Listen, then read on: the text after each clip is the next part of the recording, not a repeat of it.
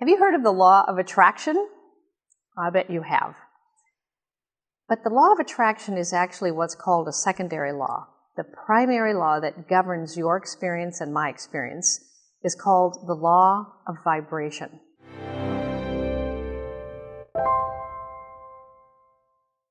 We're actually setting our vibration in harmony with an understanding about the nature of our own being and the nature of the universe, so that we can allow more flow of energy through our system of understanding, belief, and action. Now, you and I don't get a choice about whether or not we will create a day. You keep breathing all day and I keep breathing all day. We will have created another day of life. Not maybe, not if. We will have created another day of life. Even if we say to ourselves, I've made so many mistakes, I don't want to make another mistake today, I'm just going to stay in bed with the covers over my head. What I create is a day in bed with the covers over my head. I do not get a choice about whether I will create a life. I only get a choice about whether I create that life by design or default, because the mind will work according to the patterns that I give it. Now, the patterns have a vibration to them. So what I'm holding in my mind and feeling in my nervous system creates a magnetic field.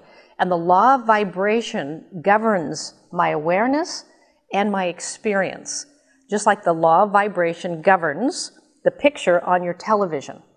Now, if you're tired of the pictures on your television, say you've had a channel turned on for a long time that has a lot of struggle, like a CNN channel or drama, and you're tired of that, you know with your television, all you have to do is pick up the remote control and change the frequency of the tuner, and boom, the pictures on the screen change. Now, it happens instantaneously on your television.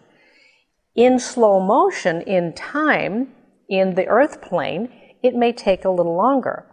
But the truth be told, all of the visible results I'm facing today, enjoying today, and sometimes trying to change today are just like your results. They are the reflected reality of the frequency, the major dominant frequencies I've been tuned to. Challenge is, most of us have no idea the power of the mind we're thinking with. And so we allow ourselves to dwell on problems or hurts or situations or circumstances that are less than the vibration of what we would love to bring in.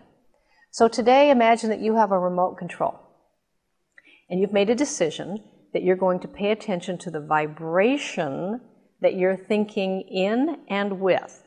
Now, how will you know what vibration you're in? How will you know? Pay attention to your feelings. Your feelings are the reflected reality of the vibration you're in. Your feelings actually are your conscious awareness of the vibration you're in. So if I'm feeling anxious or worried or scared or frustrated, any of those feelings, I'm in a low vibration.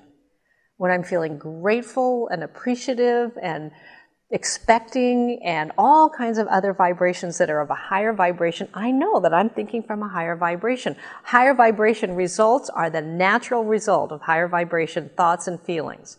And you and I choose with every thought we think what vibration, which ultimately determines what result.